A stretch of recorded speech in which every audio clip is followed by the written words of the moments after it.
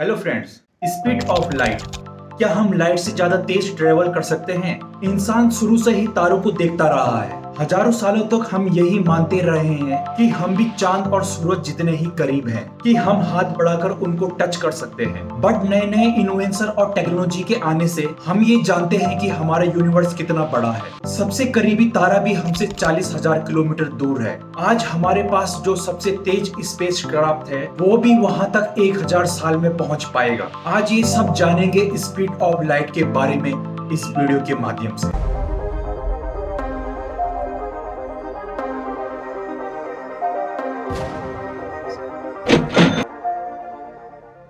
दोस्तों, जब भी आप कभी आग के सामने बैठे हो और उसे देखते होंगे तो आप सोचते होंगे कि रोशनी किस चीज से बनी है। लाइट की स्पीड है 2,57,600 किलोमीटर पर सेकेंड। लाइट की स्पीड से तेज कुछ भी नहीं। अगर सच कहें तो ये यूनिवर्स में इसकी मैक्सिमम लिमिट है। लाइट आवाज से 10 लाख गुना ज्यादा ट्रेवल कर सकती है। इसकी स्पीड इतनी तेज होती है कि सिर्फ 1 सेकंड में अर्थ का 7 चक्कर लगा ले। जब भी इंसान कार से लाइट की बीम छोड़ता है तो उसकी टोटल वेलोसिटी हमेशा लाइट की स्पीड से होती है। लाइट उसी स्पीड से बढ़ती नजर आएगी, भले ही कार की स्पीड कुछ भी हो। हम लाइट की स्पीड को कार की स्पीड से कंपेयर नहीं कर सकते। लाइट की स्पीड हमेशा लाइट की स्पीड ही रहेगी। आइंस्टीन ने अपनी थ्योरी में कहा था, स्पेस और टाइम ना तो फिक्स है ना ही एब्सोल्यूट, बल्कि वो कनेक्टेड और रिलेटिव है। आइंस्टीन ने हिस्ट्री का सबसे फेमस इक्वेशन दिया था, E=mc²। टाइम और स्पेस एक्चुअल में स्पीड टाइम नाम की चीज का एक अंडरलाइन पार्ट है। आप किस तरह से स्पेस टाइम को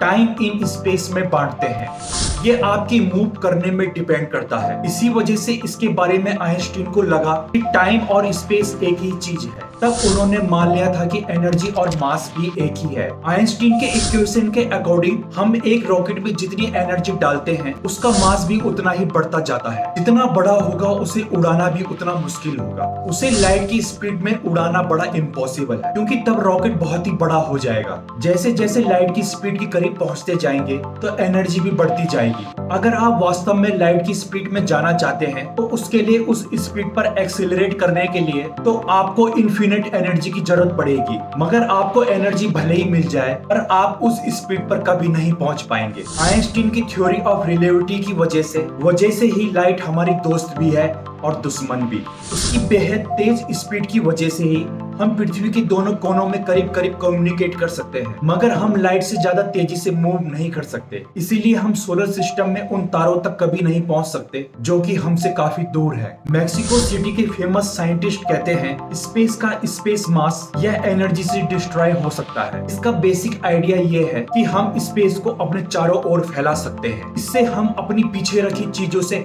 काफी दूर जा सकते हैं और सामने के स्पेस को सिकोड़कर उन चीजों के ज्यादा करीब पहुंच सकते हैं जो हमारे सामने है, मगर उस दौरान हम अपनी जगह से नहीं हिलेंगे। मान लीजिए ये एक स्पेस शिप है और इसके लिए हमें स्पेस पर उड़ना होगा। हम इसमें लाइट की स्पीड से ज्यादा तेज नहीं उड़ सकते, मगर हम स्पेस को अगर यहाँ से सिकोड़ देते हैं और इसे यहाँ से फैला देते हैं, अब आप देख सकते हैं कि ये इसके करीब आ जाएगा, मगर उस किनारे से काफी दूर हो गया है। ये स्पेस शिप पास की चीजों के मुकाबले अपनी जगह से हिल नहीं रहा है। एक्चुअल में स्पेस शिप स्पेस टाइम के एक बुलबुले के अंदर खड़ा है। क्योंकि वो चल नहीं रहा तो उसका मास भी नहीं बढ़ रहा है। हम इसमें किसी भी स्पीड में जा सकते हैं, क्योंकि फिजिक्स का कोई भी नियम ये नहीं कहता कि हम कितनी तेजी से स्पेस को वॉक कर सकते हैं, कितनी तेजी से स्पेस को सिकोड़ और फैला सकते हैं। हम किसी भी स्पीड में ऐसा कर सकते हैं। एक्चुअल में इन सब का जवाब छिपा है स्पेस की फैब्रिक में। आमतौर पर हम यही मानते हैं स्पेस का वैक्यूम पूरी तरीके से खाली है,